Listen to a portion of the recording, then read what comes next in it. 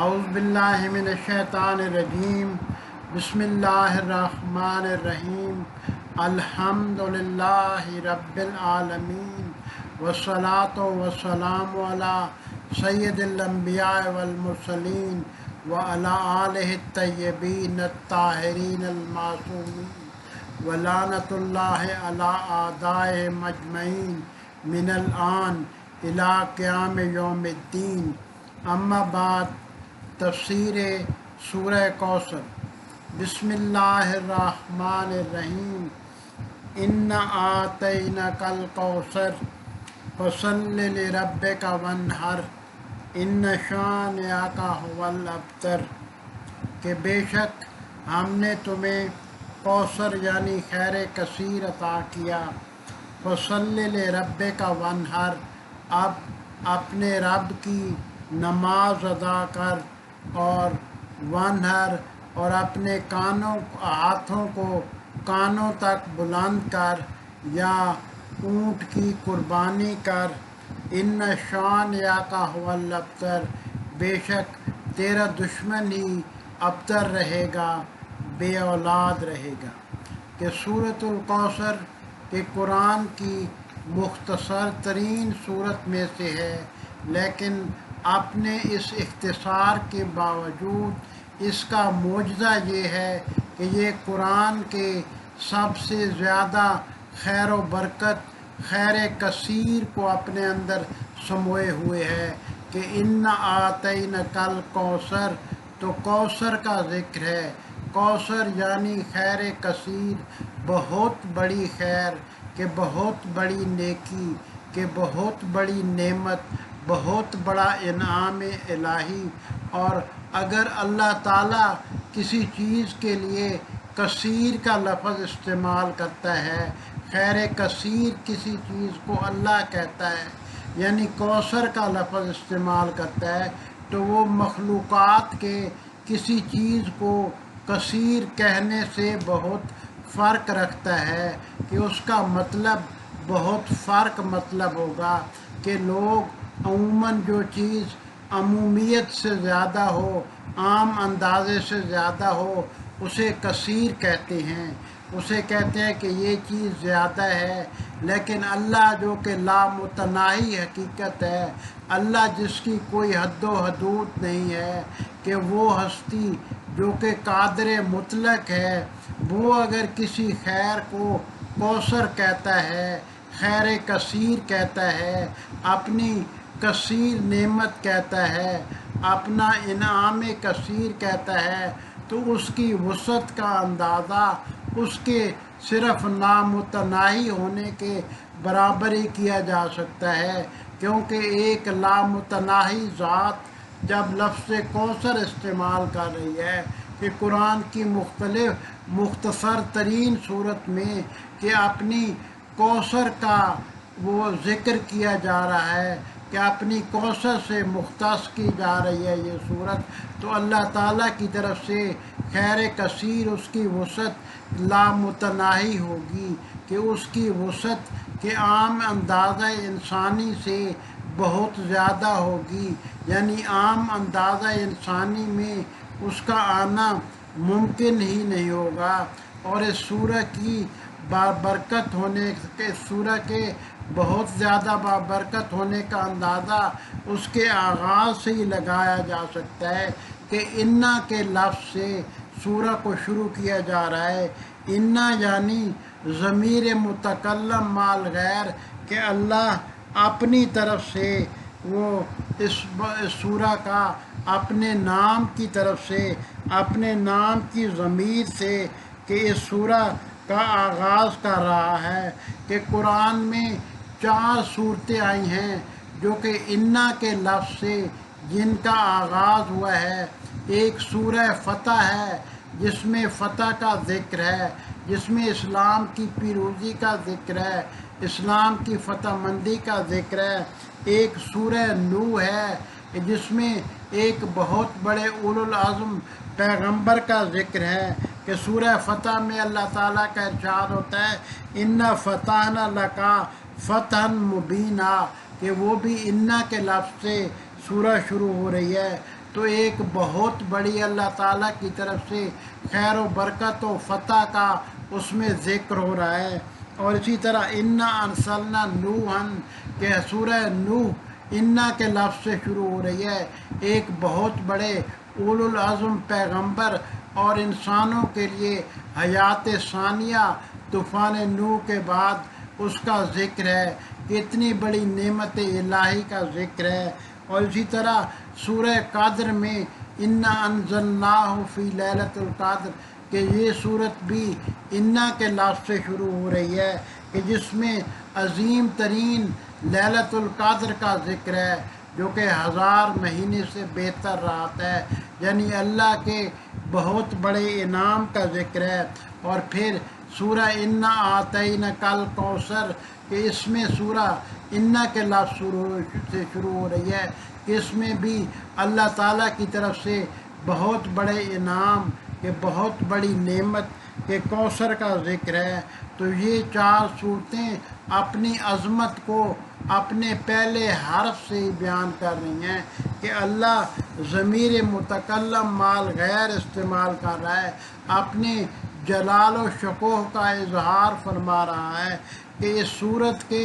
اس خیر و انعام کے بابرکت ہونے کا اعلان کر رہا ہے۔ اس کے بعد انا کے بعد آتینا کا ذکر ہوتا ہے، یعنی ذات اقدس الہی نے اپنے تمام اسماء حسنہ کا ظہور کیا کہ آتینا کا یہ اپنی طرف نسبت دی جا رہی ہے ذات اقدس کی طرف، یعنی اپنے تمام اسماء حسنہ کے ظہور کا، یعنی اپنی نعمتوں کے کامل ترین نعمت کا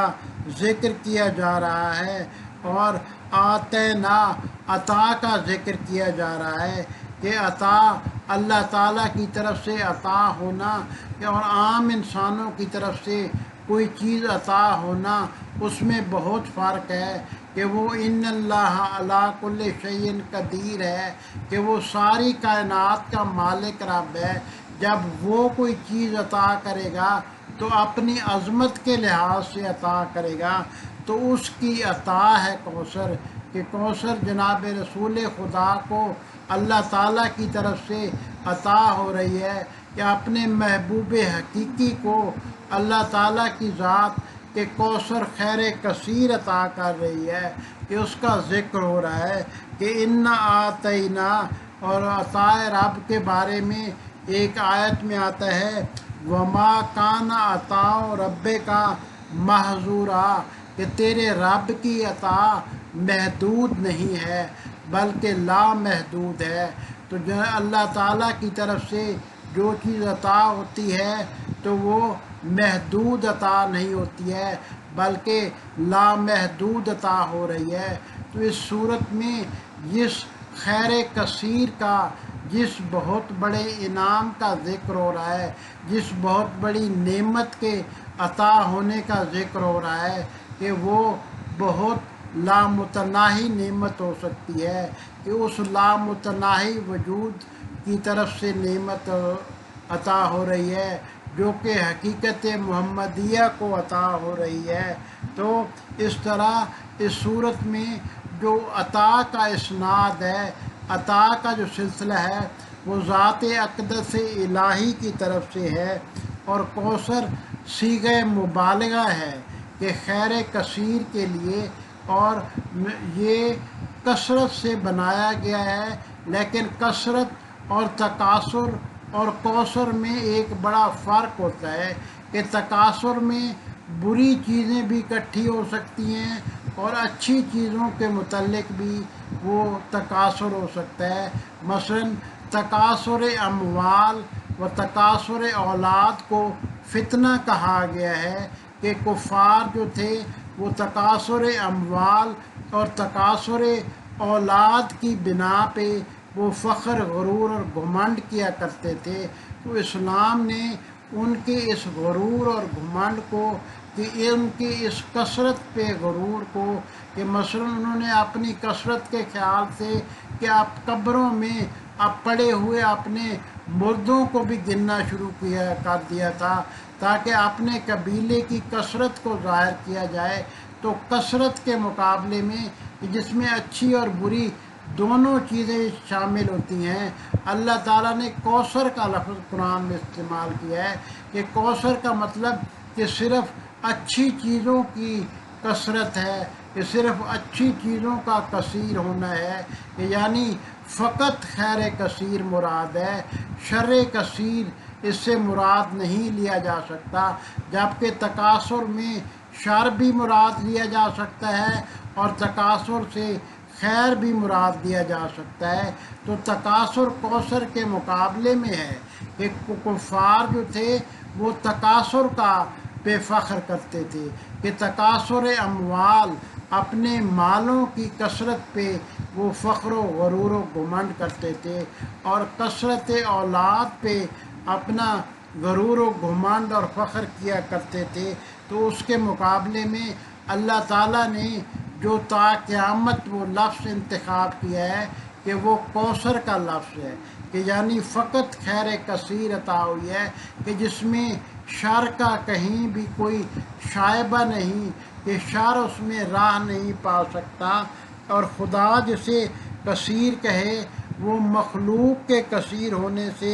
وہ بہت زیادہ بلند ہوتا ہے، یعنی خدا کی طرف سے اگر کسی انعام کو کثیر کہا جائے گا تو خدا چونکہ ہمیشہ ہمیشہ رہے گا تو وہ انعام بھی اس کا وہ ہمیشہ ہمیشہ رہے گا، کہ اگر اسے تا قیامت سے اس کے بعد کی مدت اللہ تعالیٰ کے لیے ہے کہ جس کی کوئی انتہا نہیں ہے، تو کوثر کے لیے بھی اس نے کوئی انتہا نہیں رکھی، کہ یہ نہیں ہے، اللہ تعالیٰ کی طرف سے یہ ممکن نہیں ہے کہ وہ ایک انعام کو اپنی طرف سے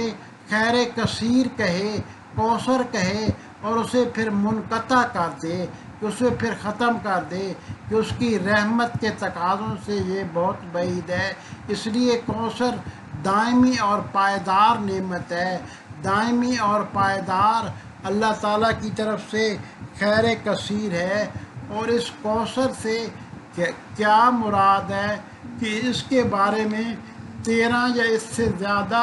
اقوال نقل ہوئے ہیں، کہ بعض مفسرین کے نزدیک کہ کوثر سے ایک خیر مراد ہے، اور بعض مفسرین کے نزدیک دوسری خیر مراد ہے، اور بعض مفسرین کے نزدیک تیسری خیر مراد ہے۔ مثلا نبوت بھی کوثر سے مراد لی گئی ہے، کہ کوثر سے مراد کہ نبوت ہے، یا کوثر سے مراد ولایت ہے، یا کوثر سے مراد قرآن ہے، یا کوثر سے مراد جناب رسول خدا کو جو ظاہری فتوحات نصیب ہوئیں کہ وہ مراد ہیں، یا کوثر سے مراد کہ بہشت کا وہ حوض ہے کہ جس کے بارے میں حدیث آئی ہے کہ قرآن اور اطرت کے ساتھ تمسک کرو، یہ دونوں ایک دوسرے سے جدا نہ ہوں گے حتیٰ کہ حوض کوثر پہ میرے پاس پہنچ جائیں گے۔ تو کوثر جو بہشت کے ایک حوض کے نام کے طور پہ بھی ذکر ہوا ہے۔ اسی طرح کوثر سے مراد کہ باقی برکات بہشت ہیں، کہ جنت کی جو باقی برکات ہیں، وہ بعض مفسرین نے کہا ہے کہ کوثر اس سے مراد وہ بھی ہے، اور بعض مفسرین کا کہنا ہے کہ کوثر سے مراد مقام شفاعت ہے، مقام شفاعت اہل بیت ہے، اور بعض مفسرین کے نزدیک کوثر سے مراد علم کثیر ہے، کہ انا مدینۃ العلم و علی بابھا، تو جناب رسول خدا کا علم کثیر، جناب علی علیہ السلام کا باب مدینۃ العلم ہونا، اس سے مراد کوثر ہے۔ اور بعض مفسرین کے نزدیک جناب رسول خدا کا اخلاق مبارک، کہ جناب رسول خدا کا اخلاق بہت عظیم تھا، کہ یہ سارا کوثر مراد ہے۔ اور بعض مفسرین کے نزدیک کہ کثرت امت مراد ہے، اور بعض مفسرین کے نزدیک کہ اس سے نسل مبارک پیغمبر مراد ہے، کہ نسل مبارک پیغمبر کو جو کہ جناب فاطمہ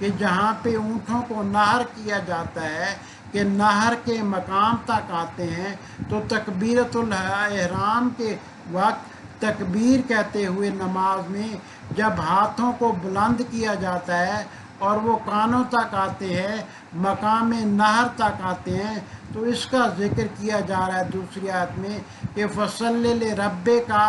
ونہر، کہ کچھ روایات میں اس سے یہ مراد لیا گیا ہے، جبکہ بعض روایات آئی ہیں کہ اس میں ان کی اونٹ کی قربانی مراد لی گئی ہے، کہ یعنی اگر قربانی کرنی ہے تو ایک بڑے جانور کی، ایک اچھے جانور کی قربانی کی جائے، اور قربانی کو بھی اللہ تعالیٰ کی راہ میں جو عبادتیں کی جاتی ہیں ان میں سے ایک بہترین عبادت کے طور پہ متعارف کرایا گیا ہے، کہ دونوں صورتوں میں، کہ دونوں تفاسیر مراد لی جا سکتی ہیں، کہ دونوں نعمتیں مراد لی جا سکتی ہیں، یعنی کوثر کے نعمت کے شکر کے لیے اللہ تعالیٰ نے نماز رکھی ہے، کیونکہ جب قد قامت الصلاۃ کہتے ہیں تو قد قامت الصلاۃ میں کہ ایوہان وقت زیارت، حضرت علی علیہ السلام کہتے ہیں کہ یہ انسان کے لیے، کہ نماز گزار کے لیے اللہ تعالیٰ کی زیارت کا وقت ہے، یعنی شکر نعمت میں وہ اللہ تعالیٰ کی زیارت کرتا ہے حالت نماز میں، کہ نماز اللہ تعالیٰ کا زیارت نامہ ہے، جس طرح ہمارے ہاں حضرت امام مہدی علیہ السلام کی طرف سے اہل بیت کے لیے زیارت جامعہ وارد ہوئی ہے، کہ زیارت جامعہ اہل بیت کے ہر مقام مقدس، ہر حرم مقدس میں ادا کی جا سکتی ہے، کہ وہ امام مہدی کی طرف سے اہل بیت کہ جن کے بارے میں آیت آئی ہے بل عباد مکرمون، وہ اللہ کے مکرم بندے ہیں، لا یسبقونہ بالقول، اور قول میں اللہ تعالیٰ کے قول پہ سبقت نہیں کرتے، وہم بامرہ یعملون، اور اس کے امر کے مطابق عمل کرتے ہیں، تو ان کا زیارت نامہ حضرت امام مہدی علیہ السلام نے بیان کیا ہے، اور اللہ کا زیارت نامہ وہ نماز ہے، کہ اللہ کا زیارت نامہ ہے نماز، کہ جو کہ نعمتوں کا بہترین شکر ہے، کہ نعمت کوثر کا بہترین شکر ہے، جس کے طور پہ قرآن نے اس کو متعارف کروایا ہے۔ اور اس کی جو سب سے آخری آیت ہے کہ ان شانئک هو الابتر، تو عرب کے جاہلوں میں مختلف جاہلیت کے خیالات تھے، جن میں عورتوں اور بیٹیوں کے بارے میں ان کے بہت برے اور جاہلانہ خیالات تھے، مثلاً وہ اپنی بیٹیوں کو ایک تو زندہ درگور کر دیتے تھے، کہ یہ ان کی غیرت کے تقاضے کے خلاف ہے، کہ فَبِأَيِّ ذَنبٍ قُتِلَتْ، اور جب زندہ درگور کی ہوئی لڑکی سے زوال کیا جائے گا، بِأَيِّ ذَنبٍ قُتِلَتْ، کہ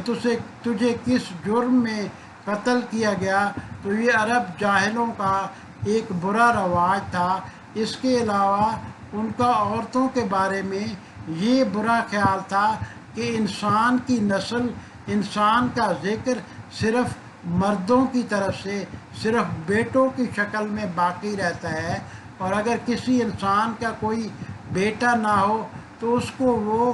مقطوع نسل کے منقطع نسل سمجھتے تھے، کہ اس کی نسل منقطع ہو گئی، کہ اس کا سلسلہ نسب وہ ختم ہو گیا، کہ اس کا ذکر ختم ہو گیا، کہ اس کی شہرت ختم ہو گئی، کہ اس کے آثار ختم ہو گئے، یعنی وہ ابتر ہو گیا۔ یہ ابتر اس شخص کو کہتے ہیں کہ جس کی کوئی اولاد نہ ہو، تو قرآن نے ان کے اس دعویٰ پہ خط بطلان کھینچ دیا کہ سورہ کوثر میں کہ نہیں، جس طرح بیٹے اولاد ہوتے ہیں اس طرح بیٹیاں بھی اولاد ہوتی ہیں، جس طرح بیٹوں سے انسان کا ذکر خیر باقی رہ سکتا ہے، اس طرح بیٹیوں سے بھی انسان کا ذکر خیر باقی رہ سکتا ہے۔ تو قرآن نے رسول اللہ صلی اللہ علیہ وسلم پہ لگنے والے ہر الزام کا جواب دیا، مثلاً انہوں نے کہا کہ نعوذ باللہ رسول اللہ مجنون ہے، تو قرآن نے اس کا جواب دیا کہ نہیں، تم اللہ کی طرف سے وہ نعمت پہ ہو اور مجنون نہیں ہو۔ اور پھر انہوں نے کہا کہ تم اللہ کی طرف سے بھیجے گئے نبی نہیں ہو، تو قرآن نے کہا انکا لمن المرسلین، تم اللہ کی طرف سے بھیجے ہوئے نبی ہو۔ پھر انہوں نے کہا کہ تم شاعر ہو، تو قرآن نے اس کی تردید کی کہ نہیں، یہ کسی شاعر کا قول نہیں ہے۔ پھر انہوں نے کہا کہ یہ شخص نعوذ باللہ جادوگر ہے، تو قرآن نے اس کی تردید کی کہ یہ جادوگر نہیں ہے۔ پھر انہوں نے کاہن ہونے کی تہمت لگائی۔ اسی طرح انہوں نے جو بھی تہمت لگائی قرآن نے اس کا جواب دیا۔ تو ان کی طرف سے ایک لگنے والی تہمت یہ تھی کہ تم ابتر ہو، تمہارا ذکر ختم ہو جائے گا، تمہاری نسل ختم ہو جائے گی، تمہاری نسل آگے وہ جاری نہیں رہے گی۔ تو اللہ تعالیٰ نے جناب رسول خدا کو حضرت فاطمہ الزہراء سلام اللہ علیہا کی شکل میں کوثر عطا کی، کہ جن کو نعمت کوثر کہا جاتا ہے، اور ان کی وجہ سے جناب رسالت مآب صلی اللہ علیہ وآلہ وسلم کی نسل دنیا میں اس قدر پھیلی کہ تفسیر کبیر فخر الدین رازی لکھتے ہیں کہ کوئی نسل جناب فاطمہ الزہراء سلام اللہ علیہا کی نسل سے زیادہ پھیلی ہوئی نہیں ہے، اور اس سے زیادہ بابرکت و بافضیلت نہیں ہے، کہ دنیا کے ہر گوشے میں حضرت محمد صلی اللہ علیہ وسلم کی نسل پھیل گئی اور مسلسل پھیلتی جا رہی ہے۔ اور اللہ تعالیٰ کی طرف سے کہ 11 امام حضرت فاطمہ الزہراء سلام اللہ علیہ کی نسل سے پیدا ہوئے، کہ 11 معصوم امام جن کا ہر قول، ہر فعل، ہر تقریر حجت ہے، کہ جو خیر کثیر کی مثال ہے، کہ جسے فخر الدین رازی نے بھی تسلیم کیا ہے کہ ان کی نسل میں سے کہ صادق و باقر و رضا جیسے امام پیدا ہوئے۔ تو ایسے امام معصوم جو کہ سب کے سب کوثر ہیں، جناب فاطمہ سلام اللہ علیہ کا وجود کوثر ہے، کہ کوثر اللہ تعالیٰ کی طرف سے وہ عظیم نعمت ہے جو کہ اس امت محمدیہ کو عطا ہوئی ہے، جو کہ حقیقت محمدیہ کی طرف سے عطا ہوئی ہے، جو کہ اللہ تعالیٰ کے تمام اسماء حسنہ کا ظہور ہے، جو کہ اللہ تعالیٰ کے تمام اسماء حسنہ کا لامتناہی ظہور ہے۔ تو وہ نعمت کوثر کہ اس سے بڑی کوئی نعمت نہیں ہے، وہ نعمت ہدایت کہ وہ معصوم امام، کہ وہ فاطمہ الزہراء کہ جنہیں لیلۃ القدر انا آتینا کل کوثر اور انا انزلنا ہو فی لیلۃ القدر، کہ ما ادرا کا ما لیلۃ القدر، کہ وہ فاطمہ الزہراء جو کہ لیلۃ القدر کی حقیقت ہیں، کہ جو کہ لیلۃ القدر ان کی عظمت سے متعلق ہے، کہ وہ کوثر کا مصداق ہیں، کہ وہ اگرچہ تمام مصادیق جو بیان کیے جاتے ہیں مفسرین کی طرف سے، وہ کوثر کے مصادیق میں آنے کی اہلیت رکھتے ہیں، لیکن نسل فاطمہ الزہراء سلام اللہ علیہ اس آخری آیت کے قرینہ سے سب سے زیادہ واضح ترین مصادیق میں سے ہے، کہ جو کہ اللہ تعالیٰ کی طرف سے جناب رسول خدا کو عطا ہوئی ہے، کہ یہ کوثر جناب فاطمہ الزہراء سلام اللہ علیہ کی نسل جناب رسول خدا کے ذکر کو بلند کرنے والی ہے۔ مثلا جب امام حسین علیہ السلام نے اپنا قیام کیا اور اپنے سارے گھرانے کو راہ خدا میں قربان کر دیا، اور وہ آیت قرآن، اس آیت قرآن کے مکمل مصداق کے طور پہ وہ ظاہر ہوئے اور قیام پذیر ہوئے، کہ یا ایتھا النفس المطمئنہ، اے نفس المطمئنہ، ترجعی الی ربک، اپنے رب کی طرف واپس پلٹ آ، فد راضیتم مرضیہ، تو اللہ سے راضی اور اللہ تجھ سے راضی، فد خلی فی عبادی، میرے بندوں میں داخل ہو جا، ود خلی جنتی، میری جنتیں تیرے لیے ہے۔ تو یہ اللہ تعالیٰ کی طرف سے وہ کوثر کی عطا تھی جو کہ جناب رسول خدا صلی اللہ علیہ وسلم کو عطا ہوئی تھی۔ تو اللہ تعالیٰ نے اسی نسل فاطمۃ الزہرا میں حضرت امام مہدی علیہ السلام کو قرار دیا کہ جو کہ اللہ تعالیٰ کی طرف سے تمام کرۂ ارض کے لیے خیر و برکت کا باعث ہوگا، کہ تمام دنیا کو عدل و انصاف سے اس طرح بھر دے گا جس طرح کہ وہ ظلم و جور سے بھر چکی ہوگی۔ تو یہ بھی اللہ تعالیٰ کی طرف سے کوثر خیر کثیر کا اظہار ہے جو کہ تمام دنیا کے انسانوں کے لیے وہ ہوا ہے۔ تو اللہ تعالیٰ نے اس طرح جناب رسول خدا صلی اللہ علیہ وسلم کا ذکر بلند کر دیا گیا کہ حتیٰ کہ نسل محمد سے زیادہ ذکر محمد اور نسل محمد کی وجہ سے ذکر محمد بڑھ گیا، کیونکہ قرآن میں آیت آتی ہے وَرَفَعْنَا لَكَ ذِكْرَكَ، کہ ہم نے تیرا ذکر بلند کر دیا، ہم نے تیرا ذکر بڑھا دیا، یعنی تجھے کوثر عطا کر دی۔ الحمدللہ رب العالمین، اللہم صلی علی محمد وآل محمد۔